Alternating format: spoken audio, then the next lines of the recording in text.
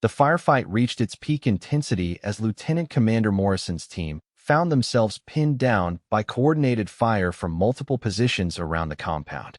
What troubled him most was not the volume of incoming rounds, but the tactical precision with which their opponents maneuvered. These were not typical insurgents firing wildly from concealed positions, but trained fighters executing complex battle drills with military efficiency.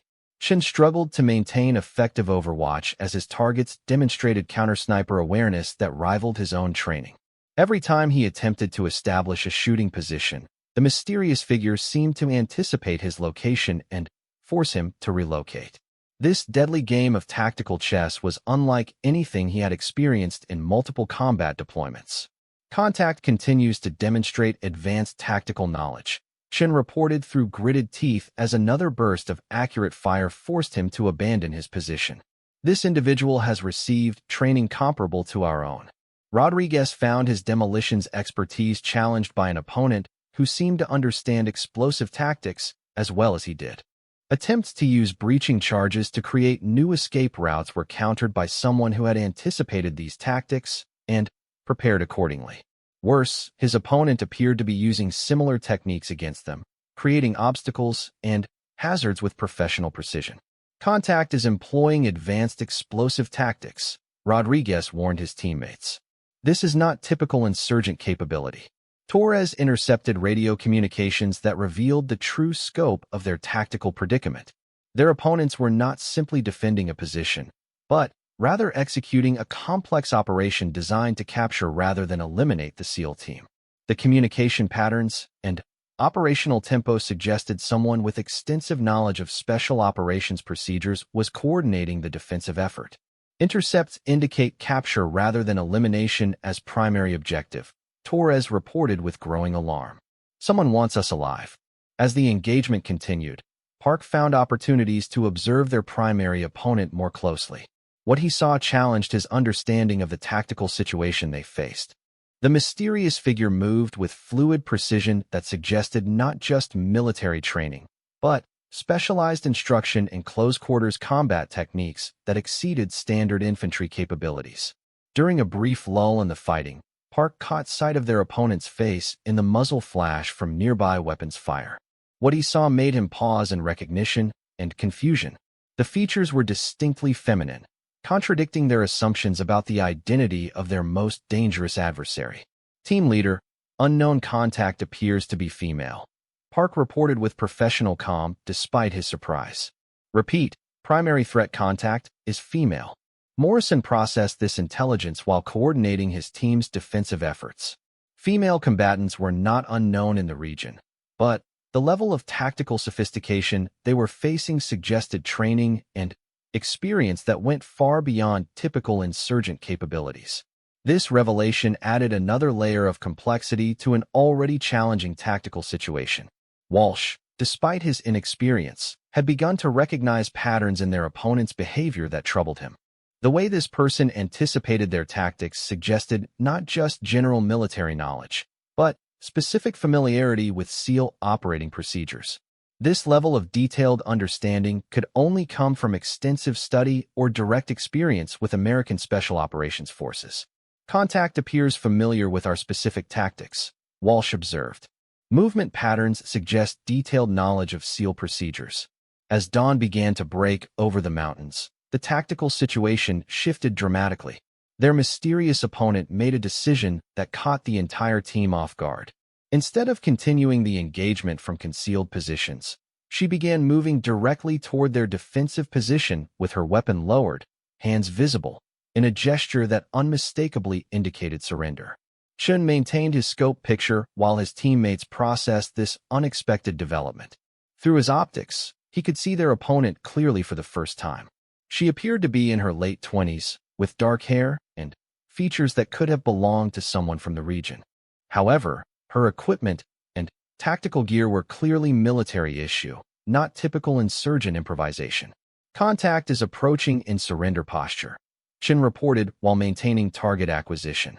Recommend extreme caution. Morrison found himself facing a decision that had not been covered in their mission briefing. Their intelligence had focused entirely on Khalil Rahman and his bomb-making network. No one had mentioned the possibility of encountering a female combatant with advanced military training who might be willing to surrender under these circumstances. Rodriguez kept his weapons trained on the approaching figure while scanning for additional threats. The tactical situation remained dangerous despite the apparent surrender, as other defensive positions around the compound continued to maintain their coverage of potential escape routes. Multiple threats remain active despite surrender gesture, Rodriguez warned. This could be a tactical deception. As their opponent approached within speaking distance, she called out in accented but clearly understandable English. Her words carried implications that would fundamentally change their understanding of the entire operation they had been conducting. American soldiers, she said with calm authority that commanded attention despite the circumstances. I am Captain Fatima Al-Zahra, former Iraqi Army intelligence. I have been waiting for you. The revelation that their most dangerous opponent was a former Iraqi military officer with intelligence training explained much about the tactical sophistication they had encountered. However, it also raised questions about how an Iraqi intelligence officer had come to be coordinating defensive operations for an Afghan bombmaker in a remote village near the Pakistani border. Torres quickly relayed this intelligence to their forward operating base, while maintaining communication security protocols. The implications of capturing an Iraqi intelligence officer in this location would have significant ramifications for ongoing operations throughout the region. Forward operating base. We have captured an Iraqi intelligence officer claiming identity as Captain Fatima Al-Zahra, Torres reported, requesting guidance on handling and interrogation protocols. Park approached their prisoner with medical caution while his teammates maintained security. Professional military training was evident in everything from her posture to her equipment selection. This was not someone who had simply picked up weapons and learned tactics through experience, but rather a career military officer with formal education and extensive practical experience. Captain Al-Zahra looked directly at Morrison with eyes that held intelligence and determination despite her current circumstances. When she spoke again, her words revealed information that would reshape their understanding of the entire regional security situation. Lieutenant Commander Morrison, she said, demonstrating knowledge of his identity that sent chills through the entire team. I have been tracking your operations for 6 weeks. Khalil Rahman died 3 days ago. This entire compound was prepared as a trap specifically designed to capture your team for interrogation and intelligence purposes. Morrison realized that they had been the actual target of this operation from the beginning. Rahman's bomb-making activities had been used as bait to draw them into a carefully prepared ambush designed to capture an entire SEAL team for intelligence exploitation. The sophistication of the operation suddenly made complete sense when viewed from this perspective. You studied our tactics extensively, Morrison observed while his team maintained security around their prisoner. I studied at your command and staff college, Captain Al-Zahra replied with a slight smile. 2 years ago, as part of a military exchange program, I learned your procedures directly from your instructors. The full scope of their tactical predicament became clear as she continued her explanation. She had used her knowledge of American Special Operations procedures to predict their approach routes, timing, and likely responses to various tactical situations. The entire compound had been prepared as an elaborate trap designed by someone with intimate knowledge of their capabilities and limitations. Chun maintained overwatch while processing the implications of their prisoner's revelations.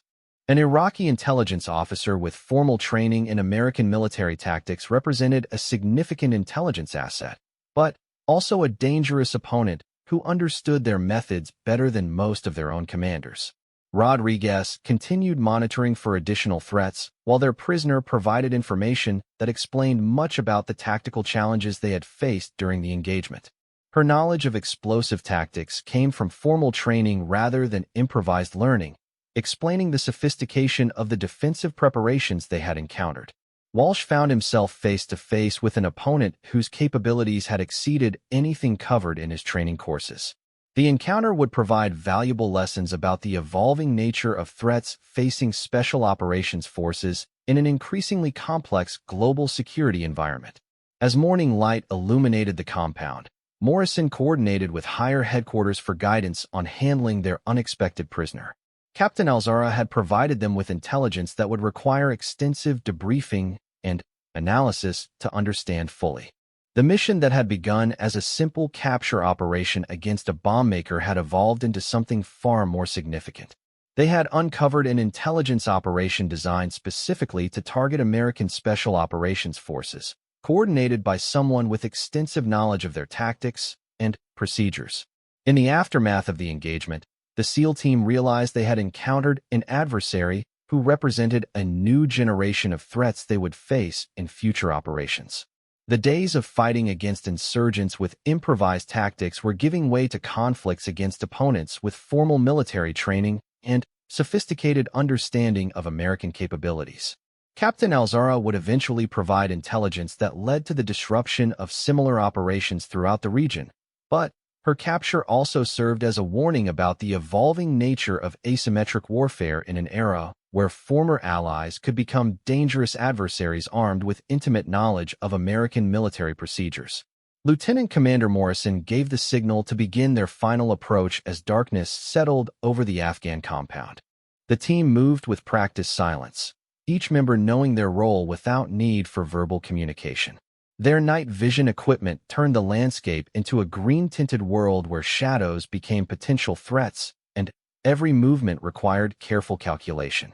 Rodriguez led the advance element, using his demolitions expertise to identify and avoid potential explosive devices that might protect the compound's perimeter.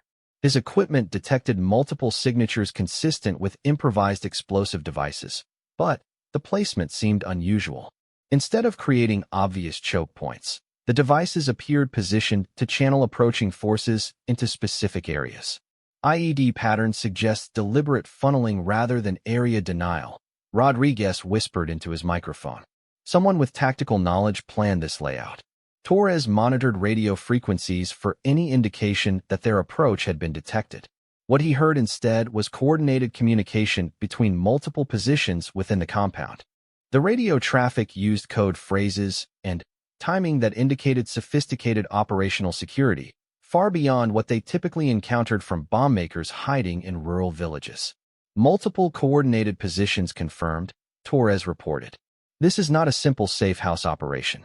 Chun maintained overwatch from his elevated position, scanning for threats while his teammates advanced. Through his scope, he tracked the mysterious figure they had observed earlier. This person moved between buildings with purpose, checking defensive positions and coordinating with other occupants. The level of tactical awareness displayed suggested military training comparable to their own. Unknown contact continues security coordination, Chin observed. Movement patterns indicate advanced tactical training. As Morrison's element approached the compound walls, Park noticed something that made him pause. The ground around the perimeter showed subtle signs of recent disturbance, but not from typical farming or construction activities. The patterns suggested defensive preparations, including improved fighting positions and concealed observation points. Perimeter shows evidence of recent tactical modifications, Park reported quietly. Walsh, despite his relative inexperience, had studied enough intelligence reports to recognize the signs of a prepared ambush. The compound's layout, the defensive modifications, and the coordinated activities all pointed toward a trap designed specifically for coalition forces. His training told him to report these observations immediately. Team leader, recommend we reassess the tactical situation, Walsh suggested through his headset. Pattern analysis indicates possible ambush preparation. Morrison acknowledged his team's observations while maintaining focus on their primary mission. Intelligence had confirmed Ramon's presence, and they had a narrow window of opportunity before their target disappeared into the vast network of safe houses and caves that honeycombed the region. However, the accumulating evidence suggested they were walking into something far more complex than a simple capture operation. The team reached their final assault positions as clouds obscured the moon, creating near-total darkness that favored their night vision capabilities. Morrison prepared to signal the beginning of their direct action phase when Chin's voice crackled through their communications system. Movement at Building 2, Chin reported urgently. Multiple contacts taking defensive positions. Through his scope, Chin watched as armed figures moved with military precision to prepared fighting positions around the compound. These were not typical insurgents scrambling to respond to an unexpected threat. They moved like trained soldiers executing a planned defensive operation, suggesting they had been expecting this encounter. Rodriguez detected additional IED activations as defensive positions came online. Someone was remotely enabling explosive devices that had been hidden around the compound, creating a deadly maze designed to trap approaching forces. The sophistication of the system indicated technical expertise far beyond typical insurgent capabilities. Electronic warfare active, Rodriguez warned. Multiple remote-activated devices coming online. Torres's communication intercepts suddenly revealed the true scope of what they were facing. Radio traffic indicated coordination with other positions outside the immediate compound area. Their target had not simply been hiding in this village. He had turned it into an elaborate trap designed to capture or eliminate an entire SEAL team. Communication intercepts confirm multi-site coordination, Torres reported with growing urgency. We are not dealing with an isolated target. Morrison realized they had walked into a carefully planned ambush, but retreat was no longer a simple option. The defensive positions now surrounding them had been designed to prevent escape as well as to channel their approach. His team's survival depended on their ability to fight through a prepared enemy force that had been planning this encounter for weeks. All units, we are compromised, Morrison announced over their tactical frequency. Execute immediate action drill Alpha. The team began implementing their emergency procedures for breaking contact with a superior enemy force. However, as they attempted to withdraw, the mysterious figure they had been observing emerged from the shadows between buildings. For the first time, they got a clear view of their most dangerous opponent. The figure was smaller than they had expected, moving with fluid grace that spoke of extensive martial arts training in addition to military tactics. Dressed in dark clothing that seemed to absorb available light, this person carried equipment that appeared to be high-quality military gear rather than typical insurgent weapons. Contact south, Chen called out as he tried to acquire a target through his scope. Individual moving with advanced tactical skills. What happened next caught the entire team off guard.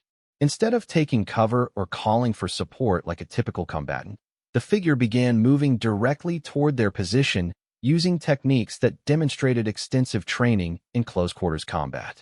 This was not someone trying to avoid contact, but rather someone actively hunting them. Park watched in fascination and growing alarm as their opponent demonstrated situational awareness that rivaled their own.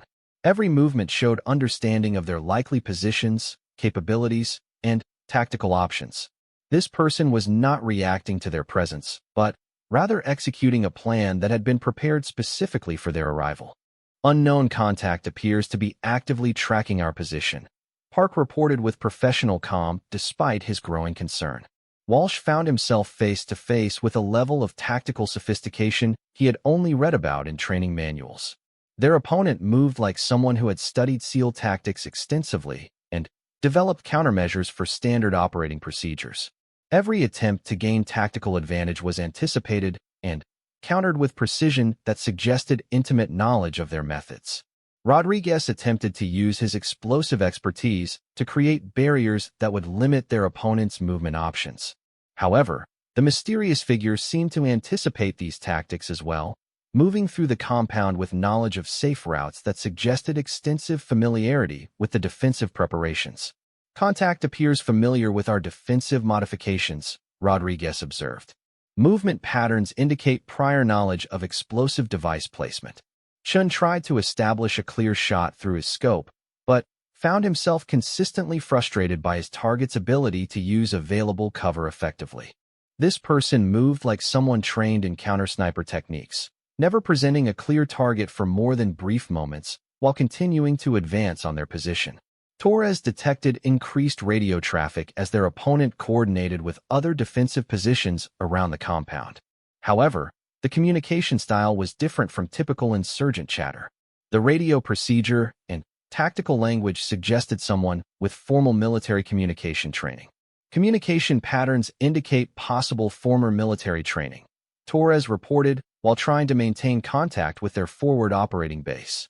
Morrison realized they were facing an opponent who possessed training and capabilities that matched their own. The tactical situation had evolved from a simple capture operation into a deadly game of cat and mouse with someone who understood their methods and had prepared extensively for this encounter. As the firefight intensified around the compound, the mysterious figure continued to demonstrate abilities that exceeded anything in their intelligence files about Ramon's network. This person moved through the combat zone with confidence that spoke of extensive experience in similar situations. The team found themselves fighting not just for mission success, but for survival against an opponent who seemed to know their next move before they made it. In the darkness of the Afghan night, they were beginning to understand that they had seriously underestimated the threat they were facing.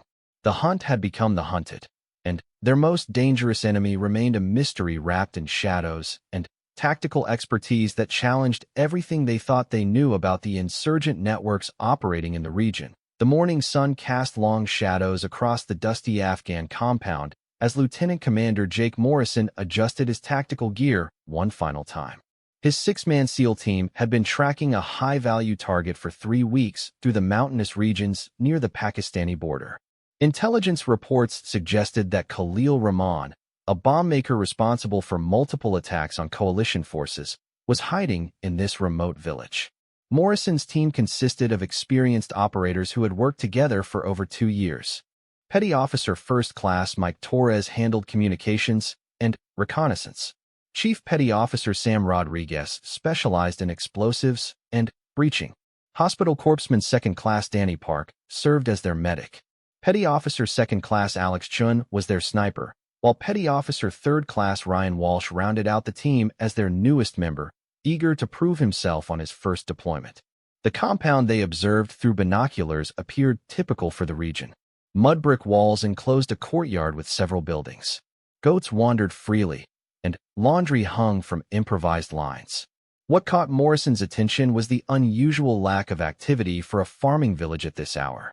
No children played in the streets, no merchants hawked their wares, and the mosque remained eerily silent despite the call to prayer echoing from distant villages. "Something feels off about this place," Torres whispered into his headset as he scanned the area through his scope. "Too quiet for a village this size." Rodriguez nodded in agreement while checking his explosive detection equipment. The readings showed trace amounts of materials commonly used in improvised explosive devices, confirming their intelligence about Ramon's presence. However, the signals were scattered throughout the compound rather than concentrated in one location, suggesting either multiple bomb-making sites or careful attempts to hide evidence. As they established their observation post on a ridge overlooking the village, Park noticed movement in one of the buildings. Through his medical training, he had developed an eye for human behavior patterns that often proved valuable in identifying threats. A figure moved across a window with deliberate, measured steps that suggested military training rather than civilian casualness. "Contact at Building 3, Park reported softly. "Movement appears tactical in nature." Chen adjusted his rifle scope to get a better view of the building. What he saw made him pause. The figure appeared smaller than typical male combatants they usually encountered, but the movement patterns definitely indicated someone with advanced training. The way this person checked corners, avoided windows, and moved with purpose suggested extensive military or paramilitary experience. "Could be Ramon's security," Chen observed. "But the build seems different than what intelligence described." Walsh, despite his inexperience, had spent months studying reconnaissance techniques.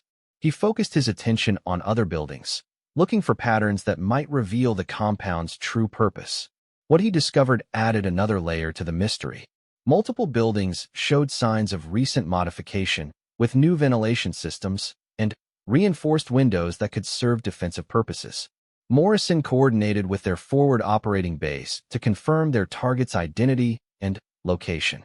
The response came back within minutes, confirming that Ramon's cell phone had been detected in the area within the last 6 hours. However, Signal's intelligence couldn't pinpoint his exact location within the compound due to the complex layout and multiple buildings. "We have confirmation on the target area," Morrison announced to his team. "Rules of engagement remain standard. We identify the target, assess threats, and execute capture or elimination as circumstances require." As morning progressed into afternoon, the team observed increased activity within the compound. several men appeared, moving between buildings with purpose that suggested preparation for departure. Morrison realized they might lose their opportunity if they waited much longer. Ramon's network had proven adept at disappearing when they sensed coalition forces nearby. "Prepare for reconnaissance in force," Morrison ordered. "We need visual confirmation before dark." The team began their approach using standard small unit tactics. Rodriguez and Torres would circle around to cover potential escape routes, while Chun established overwatch from an elevated position. Morrison, Park, and Walsh would advance directly to gather intelligence and identify their primary target. As they moved closer to the compound, Park noticed something that made him pause. The figure he had observed earlier appeared again, this time in clearer view. The person wore traditional Afghan clothing but moved with precision that seemed inconsistent with local customs. More importantly, the way this individual scanned their surroundings suggested awareness of potential threats that exceeded normal civilian vigilance. "Team leader, I'm seeing behavior patterns that don't match typical civilian profiles," Park reported through his headset. Morrison acknowledged the observation while maintaining focus on their primary objective. Intelligence had been clear about Ramon's presence, and the electronic evidence supported their mission parameters. Any additional threats would be assessed and handled according to standard operating procedures. Chun, from his overwatch position, had the best view of the compound's layout and activities. Through his scope, he watched as the mysterious figure appeared to coordinate activities between different buildings. This person gave subtle hand signals to others, positioned themselves to observe multiple approach routes, and maintained constant situational awareness that suggested advanced training. "Unknown contact appears to be running security for the compound," Chun reported. "Recommend elevated threat assessment." Walsh, eager to contribute meaningful intelligence, focused his observations on escape routes and defensive positions. What he discovered concerned him. The compound had been modified to create multiple covered positions that could serve as fighting positions. Windows had been reinforced, walls had been raised in key locations, and several buildings showed evidence of prepared defensive positions. "This location has been set up for extended defense," Walsh observed. "Not just a safe house." Morrison processed this information while coordinating their approach. The mission parameters remained unchanged, but the tactical situation had become more complex. Instead of a simple capture operation against a bombmaker hiding in a rural village, they were potentially facing a prepared defensive position with multiple armed opponents. As afternoon shadows began lengthening, Torres detected increased radio traffic in the area. Someone within the compound was communicating with external contacts, using communication patterns that suggested coordination with other cells or safe houses. The timing suggested that their target might be preparing to move soon. "We're running out of time," Torres warned. "Communication intercepts suggest immediate departure preparations." Morrison made the decision to accelerate their timeline. They would advance to within direct observation range and attempt positive identification of their target before initiating any action. The mission's success depended on confirming Ramon's presence and either capturing him alive or eliminating him before he could escape to continue his bomb-making activities. Rodriguez completed his circuit of the compound perimeter and reported back with concerning intelligence. Multiple escape routes had been prepared, including hidden passages and pre-positioned transportation. This level of preparation suggested that Ramon's network had learned from previous coalition operations and adapted their security procedures accordingly. "Multiple egress options confirmed," Rodriguez reported. "This is a professional setup." The team gathered at their final approach position as the sun began setting behind the mountains. Morrison reviewed their intelligence one final time before committing to direct action. They had confirmed the target's presence, identified potential threats, and prepared for various contingencies. However, the mysterious figure who had captured their attention remained an unknown factor in their tactical calculations. As darkness approached, the team prepared for what would become one of the most challenging operations of their deployment. None of them realized that the greatest threat to their mission success had been watching them just as carefully as they had been watching the compound.